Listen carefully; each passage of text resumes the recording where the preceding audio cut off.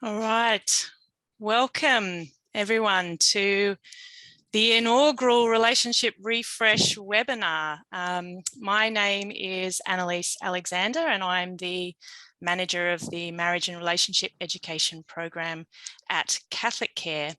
And I'm joined tonight by Cynthia, who I will let introduce herself in a minute. But just so you know a little bit about me, I've worked in Catholic Care for 10 years, and in all that time I've been working with relationships, whether it be with engaged couples or couples who have separated.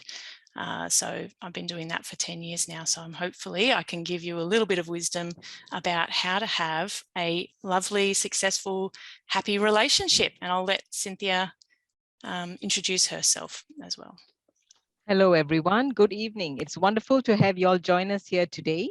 Annalise, there's a comment on somebody saying they can't hear. If you can just check on that. Okay, yep. Yes. I'll just check on that. Everyone, please bear with us. This is our first time and we are actually quite excited to be bringing forth this wonderful relationship refresher. So a little bit about me. My name is Cynthia Nathan and I'm a relationship counselor as well as a marriage and relationship educator. And I do some casual work for Catholic Care in the pre-marriage sector. And I myself have been married for 23 years. And I have two kids. They're 19 and 17. So we are at that stage of our lives. So we'd like to welcome everybody to join us this evening and see what you can get out of this introductory course that we're bringing over to you all, which is the Relationship Refresher. Welcome. So I'd like to first of all acknowledge the traditional owners of the land on which I'm sitting. I'm sitting on Dharawal land, and I'd like to acknowledge all the elders past, present and emerging, and welcome any Aboriginal people who may be here this evening. And if you know the land on which you are sitting, you can put that in the chat and we can all sort of celebrate the Indigenous lands in which we are participating tonight. All right, so let's get started. One of the things that we know about relationships, and we'll talk a little bit about the research behind some of the things that we're going to talk to you about tonight in a moment, but one of the things that we do know is that the beginning of a relationship really sets the foundation for the future of the relationship. And if we can look back after being either married for 20 or 30 years or, or even more sometimes, and if we can look back on those times of those early days in a really positive light, then we know that the relationship can be, can continue to be very successful because it's, looking back on those times as a wonderful experience, as a wonderful time, that, it sets that foundation for future success in our relationship. So we're going to spend the next hour doing a little bit of that, looking back, but also looking forward. So we recognise, there's a lot of relationship experience in this room. We know from your registrations, and thank you for filling that out, is that some people have been married or together with their partner for many, many years, 35 or more years, and some people maybe a little bit earlier on in their relationship. So I think 10 or 15 years or maybe even less than that. So we welcome the depth of experience and we welcome also the strengths that you bring to your relationship and to your family and all of that. And we want to sort of celebrate that, but also know that we can always do a little bit better when it comes to our relationships. So we'd like to also welcome all kinds of relationships this evening.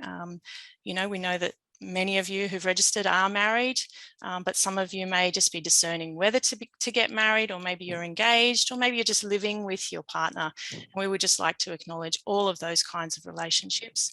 We'd also like to welcome anyone who is not of a Catholic faith.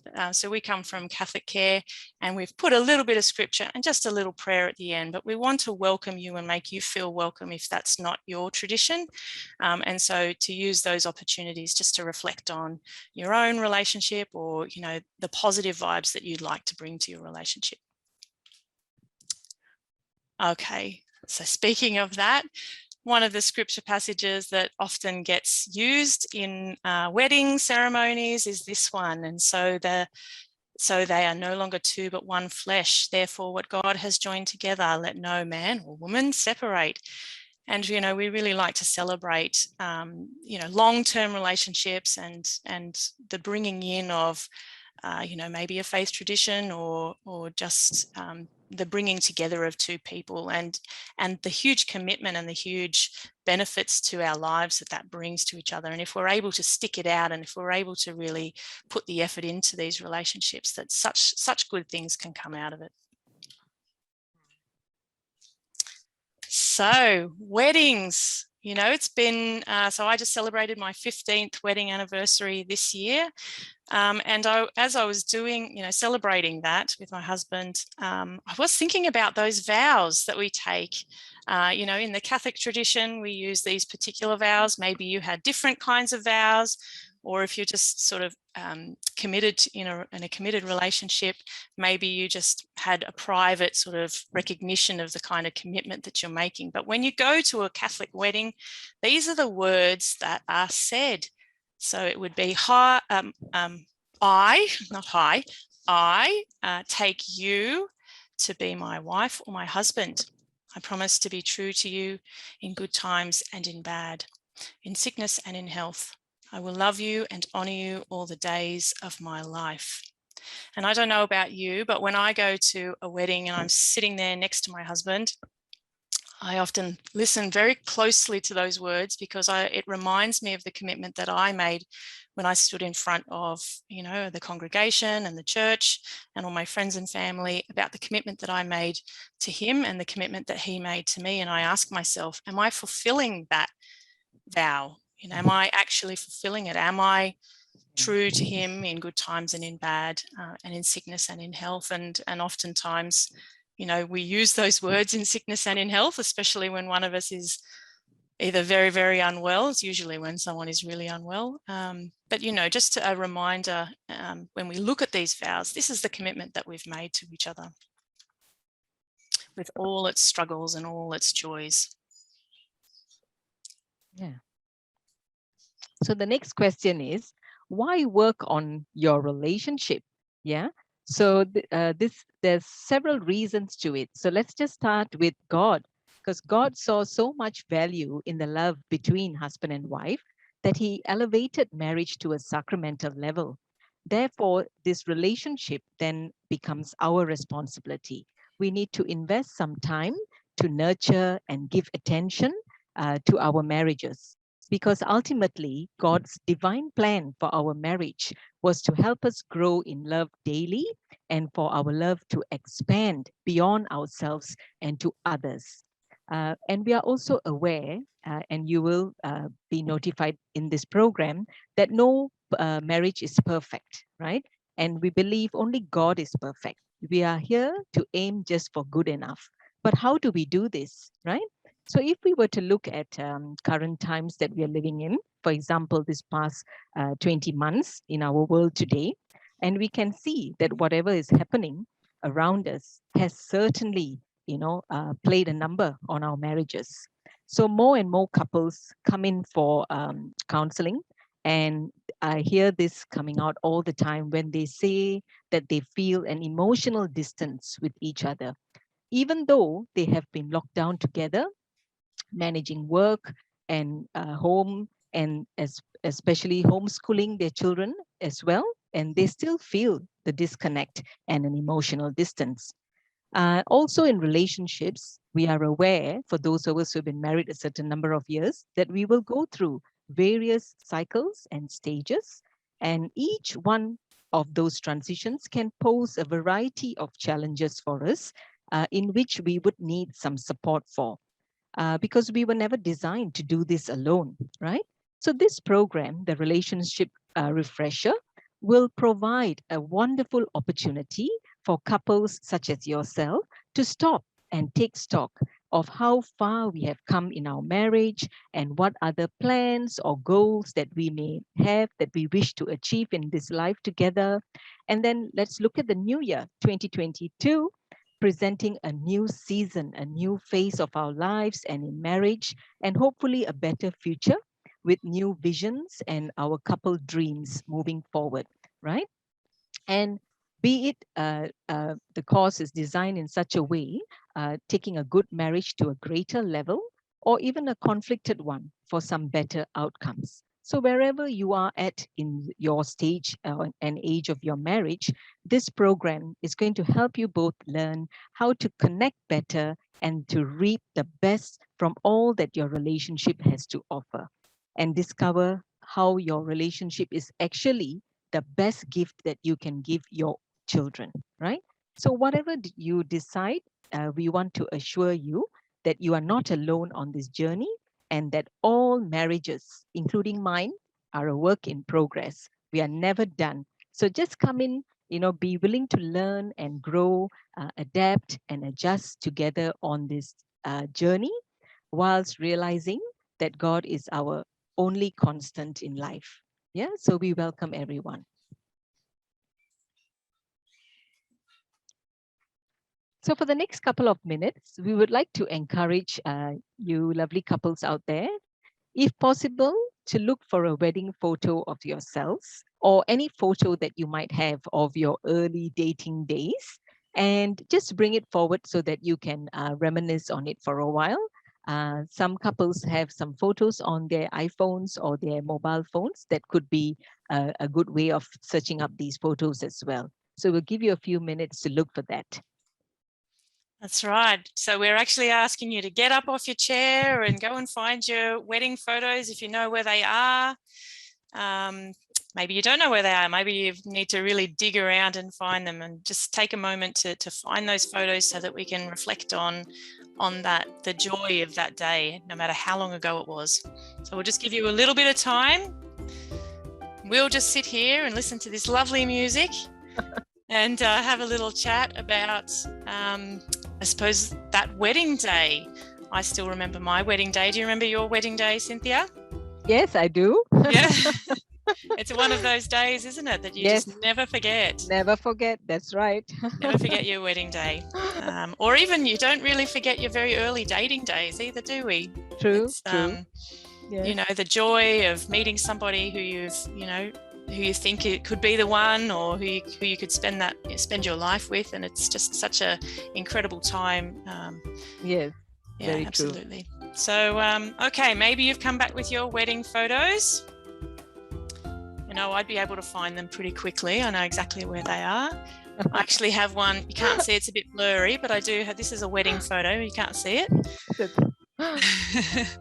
All right. So if you have those wedding photos, we're just going to think about that day for a little bit. I want you to think about that day. Cynthia, can you help our couples? Yes. So our lovely couple seated there, just think about, when was the last time you looked at these photos?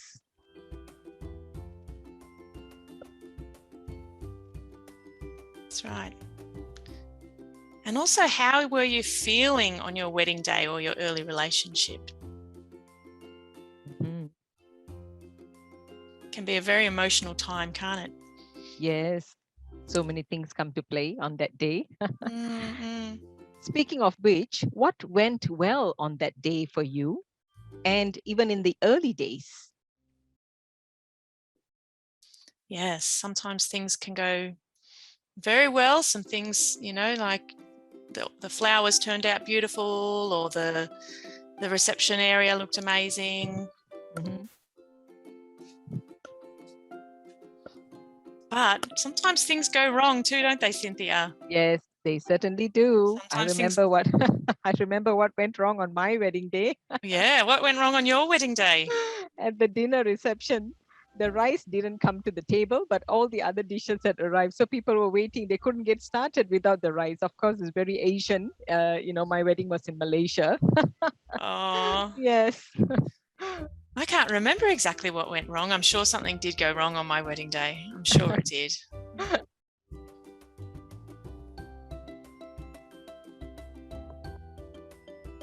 Do y'all remember who was there?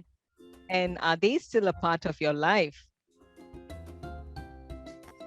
One of our attendees has just said the bride showed up on their wedding day, which was a good start. Thanks for that, Luke. That's always a good thing when they turn up, isn't it? Yeah. Although maybe your bride was half an hour late. I've been to weddings where they've been running very, very late getting their makeup done. Mm-hmm. Yes.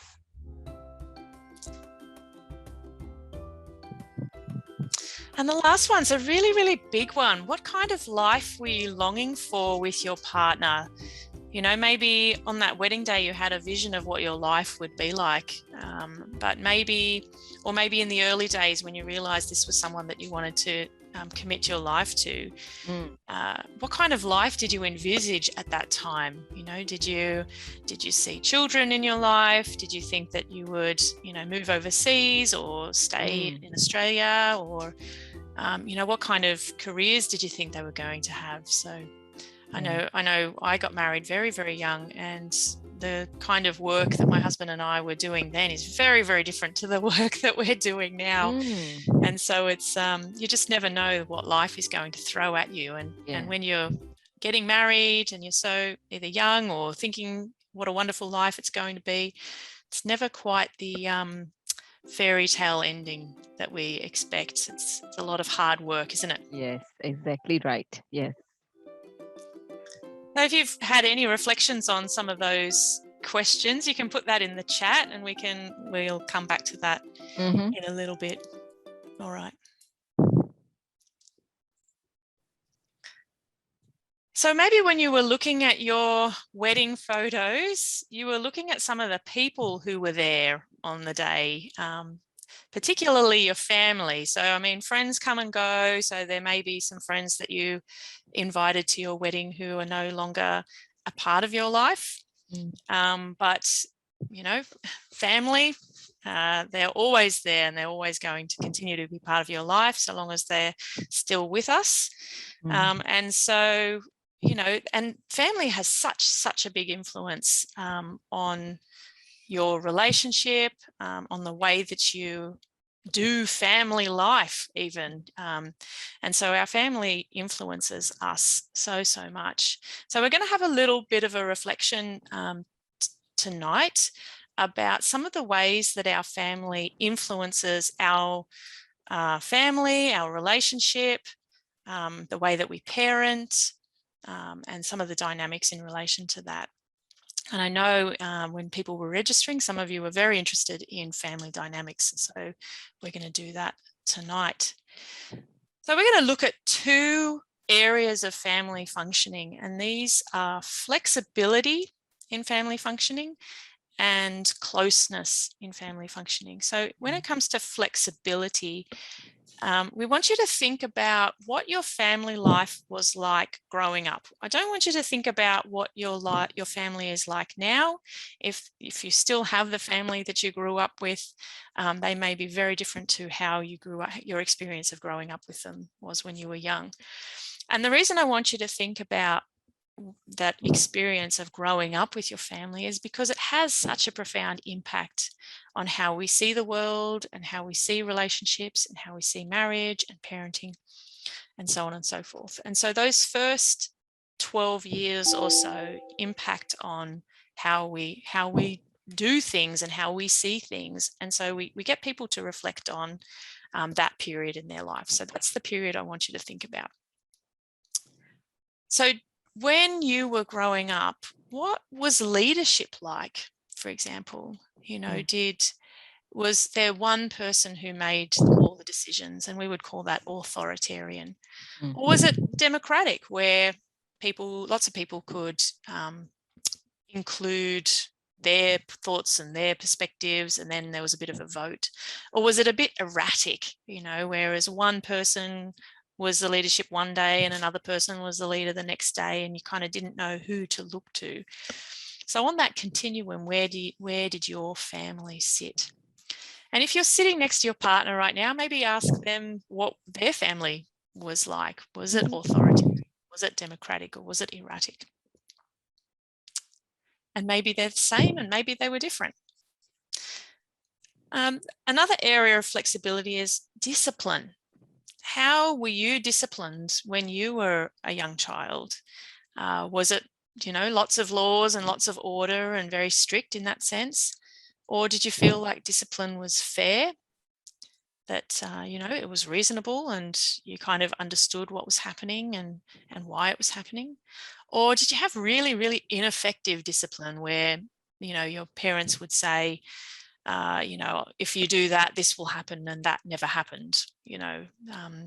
So what kind of discipline style was there when you were growing up?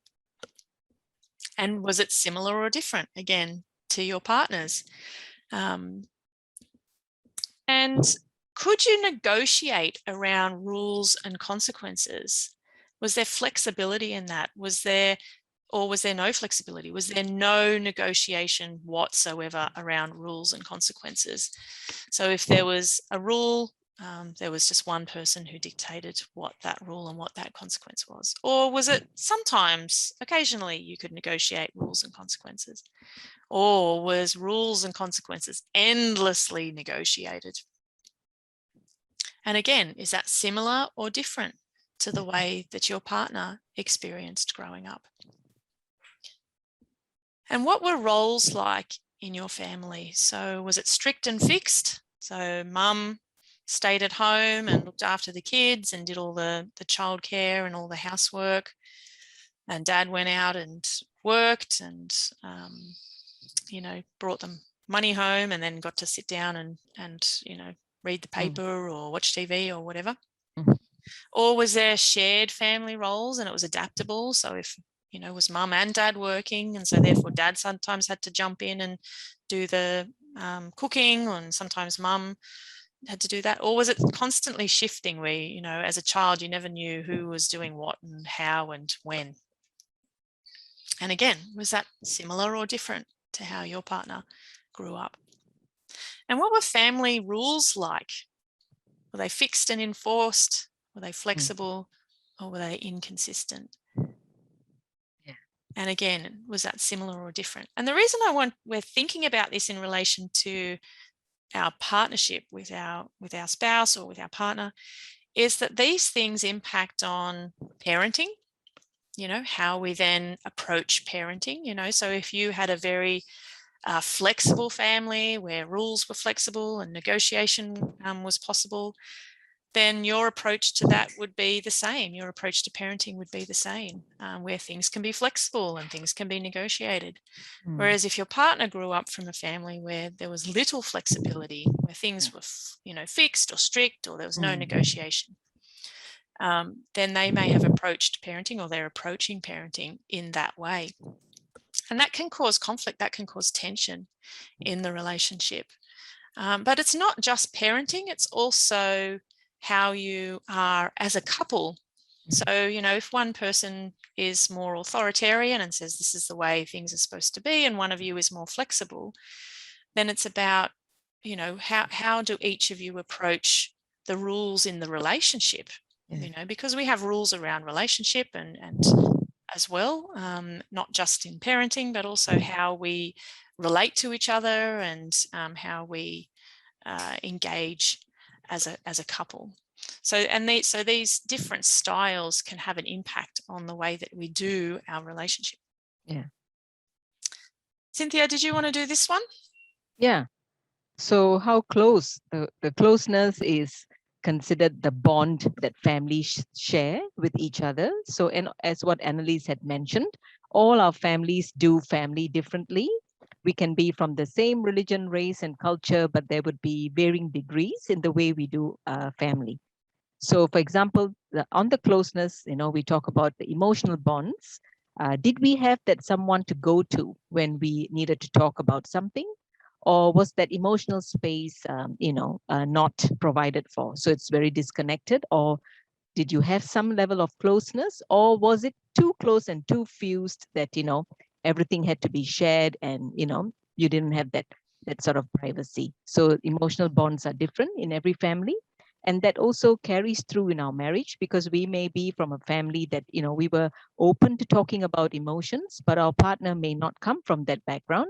And so there could be some level of conflict in our relationship if we don't understand where each other is coming from. The same thing with family involvement. in each other's lives. Some of us come from homes where we were very social and our doors were always open to have guests come over. And the minute they came in, we would ask, would you like a drink, or have you had a meal? It's very cultural for us to do that. But there are also families that do not entertain just walk-in guests at all hours, and probably have to call to make a appointment to say, I'm thinking of visiting you this weekend. Is it okay? And to ask for permission. So you could be on from any level, from the disengaged to the balanced or to the enmeshed on that as well. So all of the different degrees that come into play. And then we look at how close were parents and children, right? So did we have certain generational boundaries in that, growing up in that family, right? Like our parents did some things on their own, or we were pretty balanced, doing things together as a family most of the time, or all of the time, or sometimes. And then how were the roles interchangeable as well? So like, if mom always did the cooking, and even mom was not well, was dad able to take over? So again, we're talking about the adaptability and adjustment in families growing up, or whether it was, very fixed in its ways, right? And then how did individuals manage decisions, their space and time, so privacy and all of that? So did we basically lead separate lives? Did each of us have our own bedrooms? Did we share a bedroom with a sibling? Was there togetherness, but also privacy, or was it all the time everything was shared? So different levels of the spectrum. And then finally, we look at family boundaries, being open to others, or, not quite, or half and half, or very closed, and everything was done only in family and within our own family, and not much of, the connections with the wider and extended family. So all of this plays a big part. Little do we realize, when we come together as a couple in a relationship, these are certain challenges that if we were not prepared for, or that we did not know about, it could pose a little bit of conflict. But of course, there are ways to work around it, and we will be taking you through that shortly. All right. And again, the way that you approach parenting, but also the way that you approach being in relationships. So when I work with couples individually, we get them to reflect on, well, how close was your family growing up? Yes, that's important, but also how close do you feel in your relationship? So for some people, it can be really eye-opening to realize that, I might feel very, very close to my partner, but my partner's actually feeling very distant to me. And or I'm feeling like the relationship is very flexible, but my partner might feel like there's some rigidity there. Yeah. And if there's a difference in the way that we see our relationship and our family functioning, then it's a big question mark. We need to ask ourselves, what is it that's making my partner feel less connected to me, or like that there's less flexibility? And if they're feeling like things are less flexible, then what is it that I can do to help make them feel, like there is more flexibility, if that's what they want as well. So some of this is about mutually agreed upon dynamics as well. What do we mutually agree on in terms of how we want our family to function, but also how we want our relationship to function? So maybe a little bit of distance in some relationships is good and healthy for them, but for another couple, they might like that sense of closeness. And maybe some couples like flexibility, and some couples like it to be a bit more rigid. And so it's just up to each individual couple to decide, what kind of family dynamic do I want to bring, to my life and to my spouse and to my children. And also, does it change with different circumstances? We know that when there's little children, isn't that right, Cynthia? When there's little children, there tends to be more rigidity and more structure and less flexibility and sort of less closeness, because we're so focused on this child. That's right. As well. But as they grow older, that might shift and change as we try and be more adaptable to the changing circumstances. That's so right. it's about thinking about what your life stage is at, and what you agree on with your partner. What kind of dynamics do you want? Do you want to be close, or do you need some separateness? And that's not a bad thing. Sometimes a bit of separateness can be a good thing for some couples. Yeah. Or do you want some flexibility, or do you need a bit more structure around in your life? Okay. So we're talking about family dynamics. And one of the things that we know about families as well is that we don't always learn the best from our parents, do we, Cynthia? Do you want to talk a little bit about this? Yeah, that's because also families are very different. So, we could have been raised by our parents. Ideally, that's the case. But sometimes we could have been adopted or fostered or raised by grandparents, aunties, and uncles. So there's a whole mixture and a range to what we bring into the relationship when we are married. So the idea here is to appreciate and be grateful for whatever our family members, his family, my family, what do they bring together and how do they contribute to making, us feel accepted and loved in our union of marriage. So as a couple, we do realize, even the Bible teaches us, when we get married, each other, we become one. And that's the first spot is for your spouse. Your parents take a second seat, really. So, there's a new center of gravity. And some families, it's not easy for them to give up on their son or daughter. Not to say give up, but, to have lesser of, so it could be a problem where they feel that they have a right to come in and say things and give their input on certain matters that we feel that we can handle on our own. So it just depends on how we work it out, but the important thing is to always be grateful and to respect them and to not take them for granted, to of course find some way of maintaining contact, and also having put certain things in boundary and in perspective without hurting their feelings, because now we are a new couple, and that's how we start to show how we want to do family basically. But in my life, I'm quite thankful that my husband's family brought in a different perspective and dimension to what I was accustomed to growing up, and that actually added to the essence of our marriage, which I'm really thankful for. But of course, it's a very wide area to talk about, and we hope that in this relationship refresher, you'll get some time to reflect on certain things and possibly you know um, change certain things to suit your needs where you are at the moment, and let go of some of the past, and perhaps even build some new memories with family members.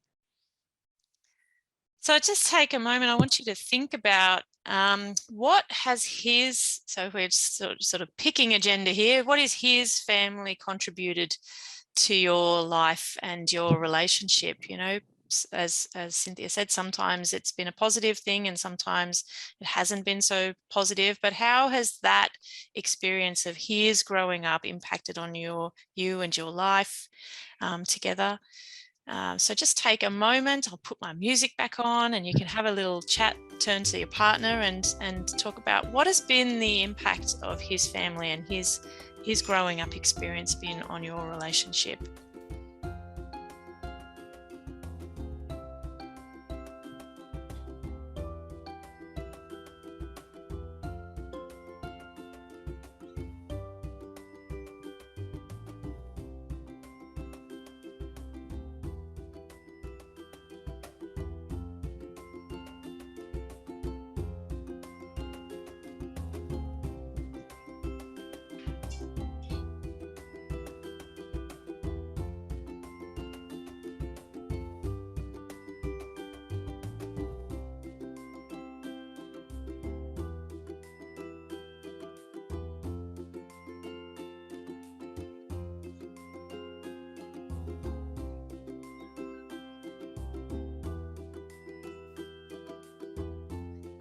All right. And then when you've had a chance to speak about the impact that his family has had on your relationship, maybe just take a moment to think again about the impact that her family, again, just picking agenda, her family has had on your relationship. You know, what has been the benefit of having her family influence in your life? You know, what sorts of traditions has her family brought into your life? So on and so forth. What's her style of parenting and so on that you brought?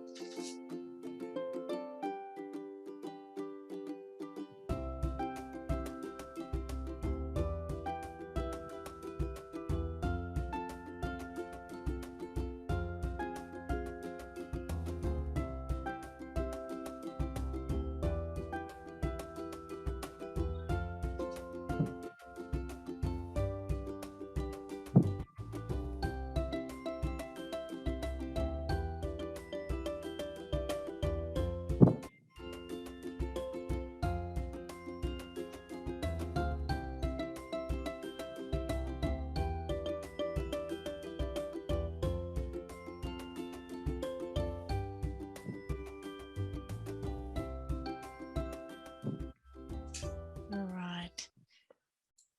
So we hope you've had a chance to talk about the positives, but also maybe some of the harder stuff that each of your families has brought into your relationship, and the impact that they have had, whether that's positive or whether that's been a challenge for you. And we know from the couples that we work with that there's some positive things that our families have brought, but also there's some hard things that we need to work through.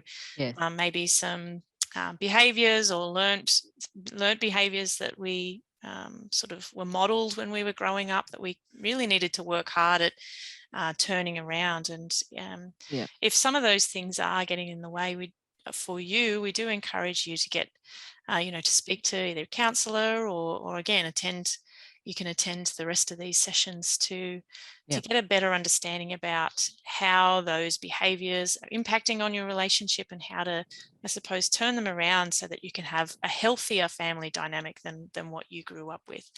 But for some of us, there's lots of positive things that our families brought into our life as well. So a bit of fun now. We're going to have a little think about what was some relationship advice that you have been given over the years. Maybe on your wedding day, however long ago that was, or, you know, early on in your dating days, someone gave you some really great relationship advice, or maybe some really bad relationship advice too. And so if you want to, put it in the chat and we'll read them out loud. What's some relationship advice that you have received over the years, on your wedding day, in your early days? You know, maybe from your parents, maybe from well-meaning friends or uncles or aunties. Camille says, don't go to bed angry. In fact, that's the first one. Yes. Thanks. Well done, Camille. Well done. Never go to bed angry. And I think it's one that we hear a lot, isn't it? Don't go to bed angry. And I think the idea is that, you know, if you leave it, it's going to get worse.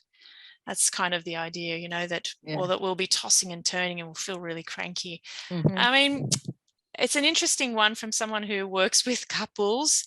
Sometimes that stopgap of going to bed, and, you know, even if you are still feeling really angry with your spouse, is a good opportunity to actually just cool down and calm down and come back to it again the next day. Again, don't let the sun go down on your anger. Found this. Yes, you can find that hard. That's right. It's something from scripture. There's so much wisdom in God's word. That's true. Yes. Then the next one is, marriage is a relationship in which one is always right and the other is the husband. Poor old husbands always get a bashing, don't they? Yes, I do feel for the husbands sometimes. Yes, me too. And what do we think about this one, Cynthia? Oh, I think it's very cute, but you know, I have to be humble in admitting that I'm not always right. That's right. Camille has got it happening. Look, she's got the next one that she knows what we're doing, Camille. She knows what we're doing here. Yeah, so that one, I think, you know, about marriage is a relationship where one is always right and the other is the husband. I think it does, unfortunately, it does put down men a lot. Yeah. Men can be right, and I think Yes. they know that they can be right, but Yes. it's about managing that conflict, isn't it, Cynthia? And we're going Yes. to talk about that in one of our sessions. Correct. Yes. You had it going, Camille. Happy wife, happy life. I hope you're a happy wife, Camille, because then your husband's having a nice happy life. But again, the husbands miss out, don't they? Yes. You know, I always sort of think to myself, what happens to the husbands? Don't they get to be happy? I think that they should be happy as well. I think they absolutely have the right to be happy, and you know that but you know, something that I think I always say is that marriage, you know, happiness is a byproduct, but it's not the reason we get married. We get married because we want to share our life and our learning and our growth with somebody, and Correct. happiness is a byproduct of that. Yeah. But it's not sort of the be all and end all, is it? No. And then it says every successful relationship must have the 3 C's: communication, compromise, and commitment. That is true. I think that covers it pretty much. I mean, we know communication is something that we're going to go through in the course. Yes. Compromise is something that John Gottman talks about, and we'll talk about John Gottman in a second. And also commitment. So those are absolutely 3 things. Yes. The 3 C's, absolutely. Yes. And again, these are just ones that I've found online when I said, you know, relationship advice. And if you have any more, put them in the chat. Communication is key. And again, there's that word communication. And this is similar to what I said. 2 people can be in the same relationship and yet see it in 2 different ways. And this is absolutely true. So as I said, one person might see the relationship as very flexible and the other see it as very rigid. And so how do you manage these things? By communicating with each other, by making sure that you are on the same page about how things are, and if you need things to be changed, you know, not being shy to bring those things up, because you know there's always something to talk about, you know, isn't there, Cynthia? There's always something. Yes. A successful marriage requires falling in love many times, always with the same person. Yes, this is also ideal. It's very easy for every one of us to fall in love and get married. Anyone can do that. But to sustain it in the long haul and for the full journey of whatever years we are blessed with to be together, whether you know it's 20, 40, or even 60 years, we need some skills to get us through, which we will be, you know, talking about in this relationship refresher, giving everyone some skills and tools and strategies, you know, very effective to navigate the journey. Yeah, that's right. And it is always it's always lovely when you do sort of see your spouse in such a different way and you go, oh, that's why I love them, you know, and to remind yourself of the love that you felt for them. Right. Yes. All right, here's another one where the man seems to miss out again. Marriage tip. Your wife won't start an argument with you if you are cleaning. It's a bit of a funny one. You know, I suppose the idea is that if your wife wants to be angry at you, she can't do that if you are vacuuming or doing something that is seen as her role. But again, you know, I think if an argument needs to be had, and Gottman would say, so Gottman, we'll talk about Gottman in a second, but he would say that we need to have conflict. So I don't think that if the conflict needs to be addressed, I don't think vacuuming or doing the dishes is going to stop that from coming up. Yeah. So this is, the common advice that we get, isn't it? That is. And again, I think it's a little bit of fun. I think people sort of say. Yeah. And Camille has added another one in the chat box, having projects and goals to work towards together. Yeah. Absolutely. Yeah. Absolutely. Yes. So thanks, Julian. I think it's Russell. For us, the Bible verse now, the 3-string cord is not easily broken. And we know in some marriage ceremonies they have that sort of imagery of the ropes. Yes. As without God's character and his spirit, we would not have overcome the deep pain and confusion. That's right. We often do come into our relationships with a lot of hurt, and being considerate and respectful to each other. Very, very powerful. If we actually speak to our partner the way we want to be spoken to and show respect for them. That's absolutely important.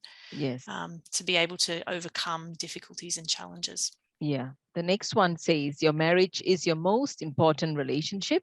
Make time to be together. Yes, exactly right. And this is an ideal start. I mean, this relationship refresher is a wonderful program, just a small investment of time, some precious time to give attention and nurture your relationship at the stage that you are at. Yes, 100%. All right. So we've had a few people write some advice, some relationship advice about showing respect, and about happy wife, happy life.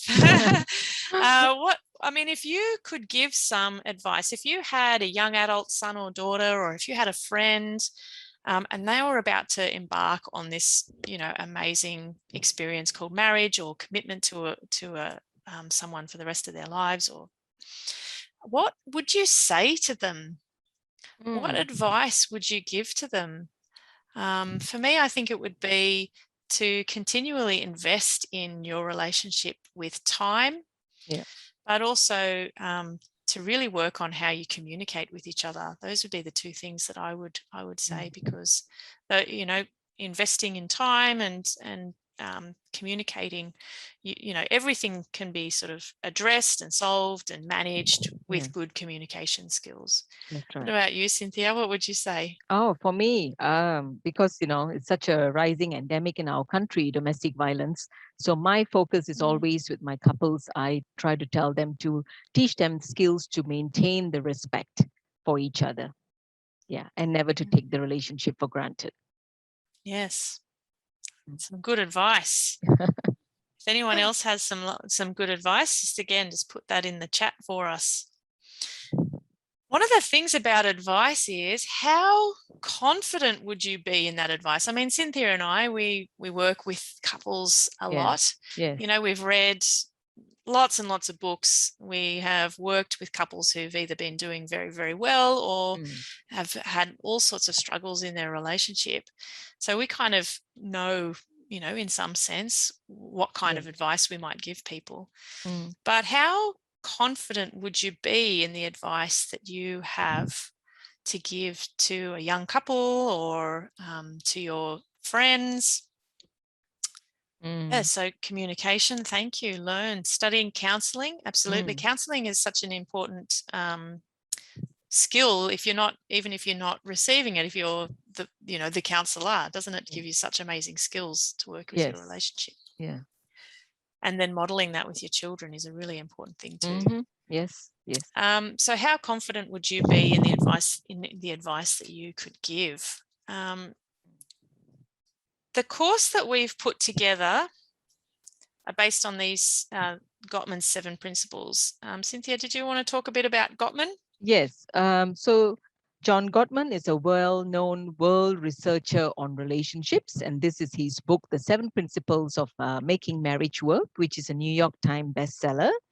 So his product is a very well-research based, strength-based, it's very experiential, it's evidence-based and future-focused, valuable tool, which with over 40 years of longitudinal studies on marriage and relationship that was conducted by Dr. John Gottman in the US and his colleagues. So actually this lengthy study in which the book has come up involved over 3,000 couples across the globe who participated in his research. And they watched how these couples interacted with each other second by second for an entire week, one couple at a time, in what is known as their love labs in Seattle. So it was like a bed and breakfast put together, but these people were wired up so that they could check on everything that was happening for them. Their arousal, their stress hormones, their blood samples, urine samples, and everything was studied. Then they discovered there were 4 main predictors of relationship demise through this extensive research. And then they followed these couples for over 20 years to find out what would happen in their relationships as a result. So whether they would succeed or whether they would fail in their marriage. It wasn't until Dr. Gottman himself got married to Dr. Julie when they then decided to use these foundational research results to form a wonderful divorce-proof tool to help couples to build their marriage around what we have just spoken: good communication, understanding, and intimacy, which is also known as the sound relationship house. And that tool underpins the whole concept of the 7 principles of making your marriage work. So when you guys enroll in this program, the Relationship Refresher, we will take you both step by step through this wonderful tool to help you on a path towards a harmonious, emotionally resilient, and long lasting relationship. The Relationship Refresher course offers something that every relationship can benefit from. So we would ask you to join us with open hearts and minds, pray for a coachable heart, and to be guided by Jesus Christ at the center of our marriage, and help us through this journey. And you will get so much of tools and skills and strategies. And as you can see, the price is what we like to say as cheap as chips, right? So for 5 Thursday nights, I mean, this is a bargain because even an hour session with a counselor would be costing more than that. So this is 5 Thursday nights. We're looking at starting on the 11th of November, and it's just going to take your marriage to the next level. So we are hoping that you would sign up and join us on this journey.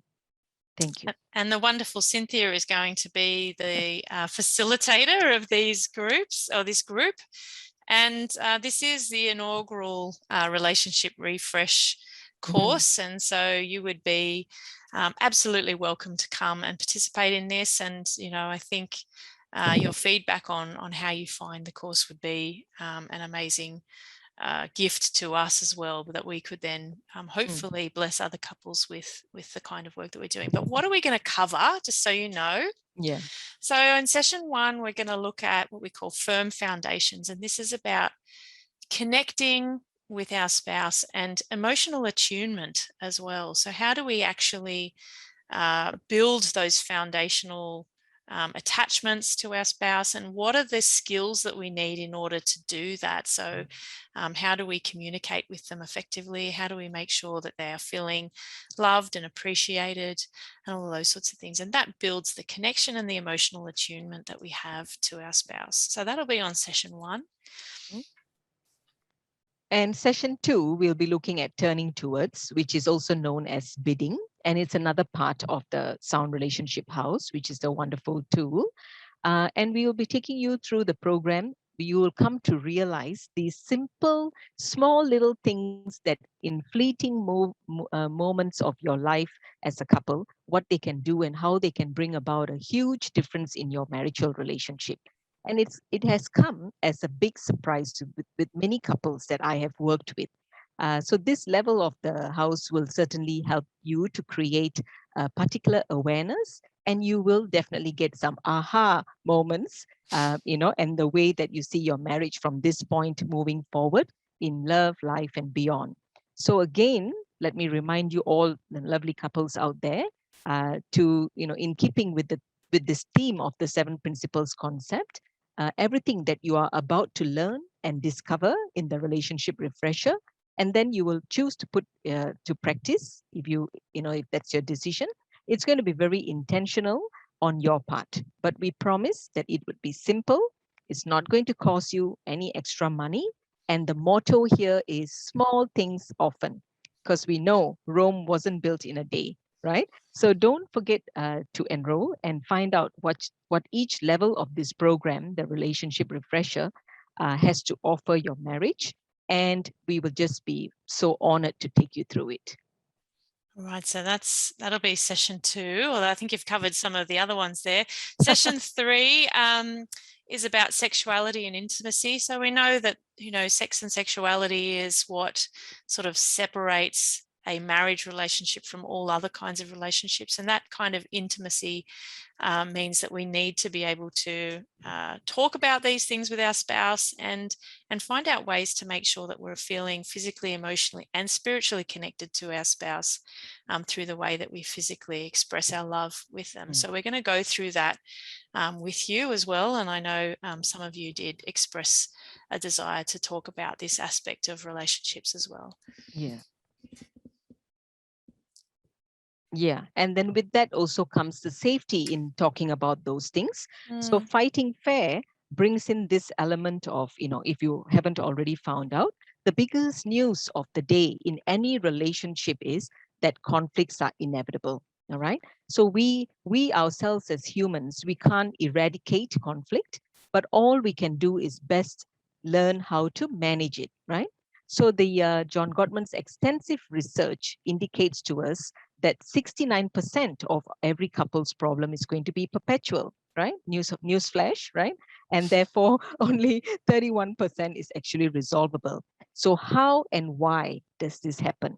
So when you enroll, you'll find out, as we take you through this wonderful program. And having said that, we also are provided with some assurance that research tells us conflicts can actually become a catalyst for closeness. So it's not all bad, provided we take the responsibility to learn and to equip ourselves with the right skills and tools to fight fair and seek a greater opportunities for growth and intimacy as a result of doing so, right? So don't wait any longer. Sign up and let us help take you through these proven, effective strategies to reap greater satisfaction and, most importantly, fulfillment in your marriage. You make me want to enroll, Cynthia.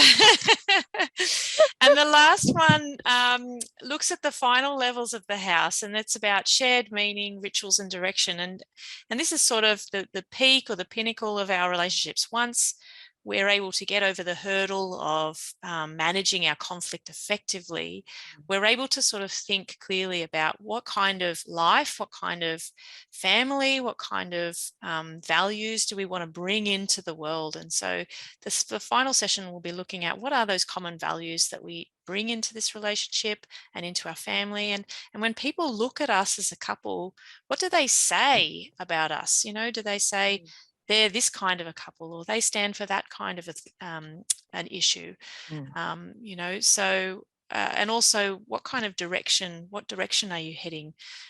Do you have a similar direction? Do you talk about where you're going to be in 5 years' time? And these things are really important, but they're also a way, I suppose, to increase your connection with the other.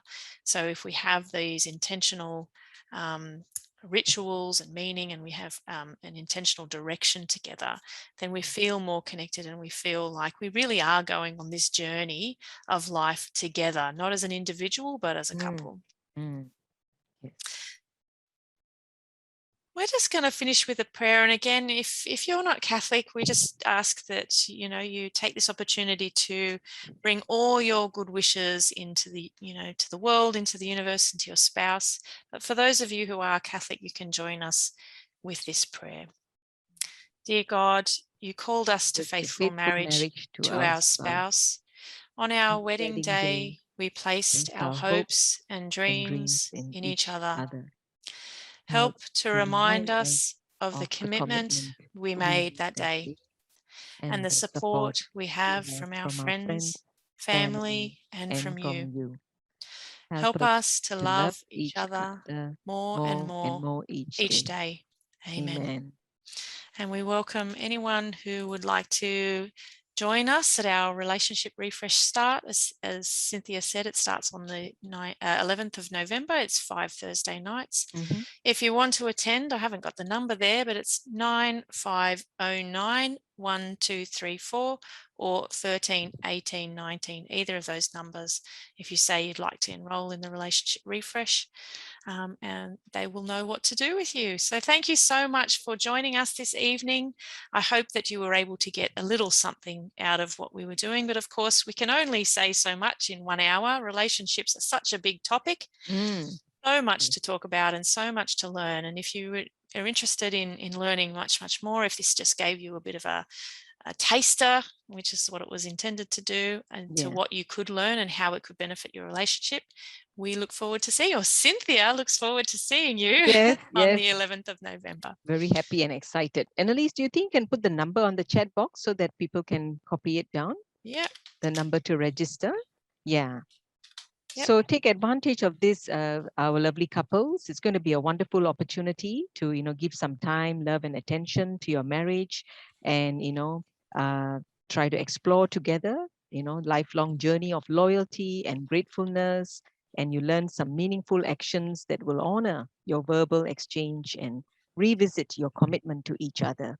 So I really look forward to seeing you all, and I hope that each and every one of you will sign up. God bless. Thank you so much, everybody. Have a lovely evening.